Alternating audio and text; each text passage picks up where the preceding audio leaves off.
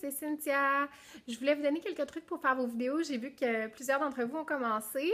C'est excitant, vous avez fait du super bon travail. Maintenant, si on veut augmenter le niveau d'une coche, ce qui est le plus important pour faire un bon vidéo de maquillage, c'est premièrement l'éclairage.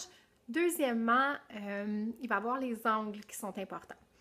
Donc, première des choses, l'éclairage. Moi, ce que je fais, oui, on veut toujours la lumière du jour. Donc, s'il est rendu 9 h le soir, 10 h le soir, il fait noir dehors, on oublie ça. Même, on va pas dans la salle de bain, on va pas aux lumières. Je vais vous montrer qu'est-ce que ça donne quand on se pointe sous une lumière artificielle. Je vais aller dans la chambre de ma fille, la lumière est allumée. Vous allez voir ma face. Première des choses, si on est en dessous d'une lumière comme ça, qu'est-ce qui se passe? Mes yeux deviennent noirs parce que la lumière est au-dessus, puis ça crée de l'ombre dans mon visage. Deuxième des choses, même si la lumière n'était pas au-dessus de ma tête, si elle était comme ça, vous voyez, j'ai l'air jaune, j'ai l'air orange. Donc, si vous essayez de montrer des couleurs, un rouge à lèvres, pour le maquillage, il n'y a rien à faire. Si c'est une lumière jaune, ça ne marchera pas. Donc, on ne peut pas en faire le soir. On en fait le matin, le jour, quand il fait clair. Sinon, on oublie ça, ça va au lendemain. Ensuite, on est le matin, il y en a qui disent devant une fenêtre. Si je vais devant une fenêtre et je me mets comme ça, on voit, vous allez comprendre que la lumière si la lumière est derrière moi, peu importe la forme de la fenêtre, si la lumière est derrière moi, la lentille va vraiment capter la lumière derrière, le focus va être derrière moi, puis moi, je vais être complètement dans l'ombre. Donc, c'est pas bon non plus.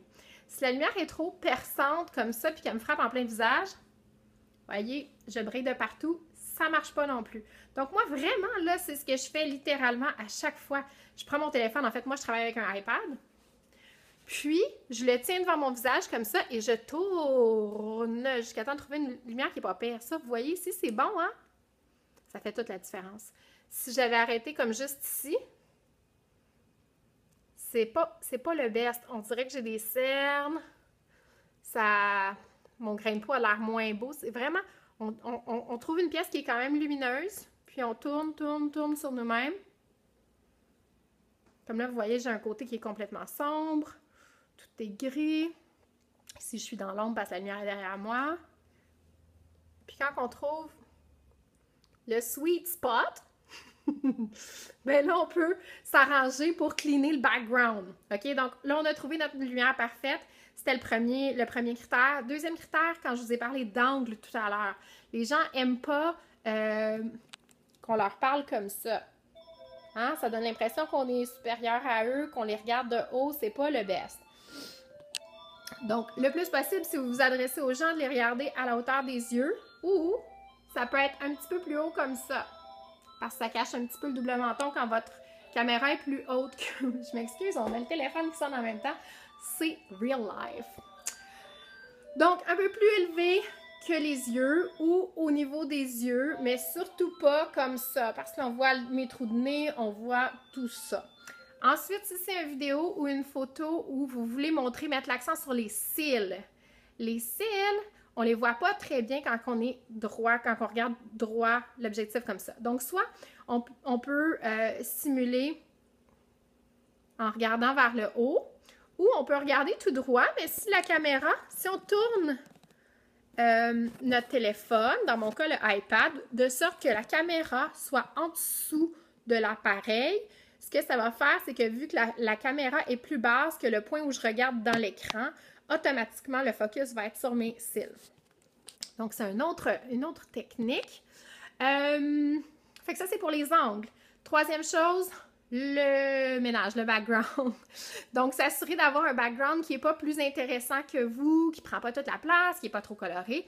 Puis, si je le fais dans ma cuisine, ça m'arrive souvent de faire des trucs dans ma cuisine. Vous voyez, si vous avez une fenêtre comme ça qui est très lumineuse, c'est extraordinaire, mais mettez un rideau qui va diffuser la lumière. Comme moi, à cette heure-ci, je ne peux pas en faire dans ma cuisine devant la fenêtre parce que c'est comme ça. Mais à d'autres moments où, quand la journée est couverte, c'est une bonne place pour moi de faire des vidéos. Donc, ça m'arrive de le faire à chaque fois. Vous voyez le bordel, hein? C'est partout pareil, là. C'est pas propre chez nous du tout. Fait que, habituellement, ce que je fais, c'est que j'arrive ici, puis là, je vous le montre, là, live. Je prends tous mes trucs, je les cache. Toutes les cochonneries, je vais les foutre dans l'évier, comme ça, pour clairer vraiment le plus possible épurer ce que j'ai sur le comptoir. Ici, j'en ai beaucoup, hein? Je pourrais juste les pousser un petit peu jusqu'à temps que ça sorte du champ de vision. Fait que ça n'a pas besoin d'être super compliqué, mais l'idée, c'est qu'on veut avoir rien qui distrait l'auditoire quand on fait notre vidéo en background.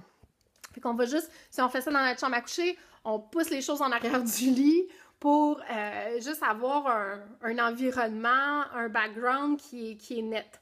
Et voilà, j'espère que ces petits trucs-là vont vous aider. Si vous avez des questions, contactez-moi. Ça va me faire plaisir de vous aider. Bye!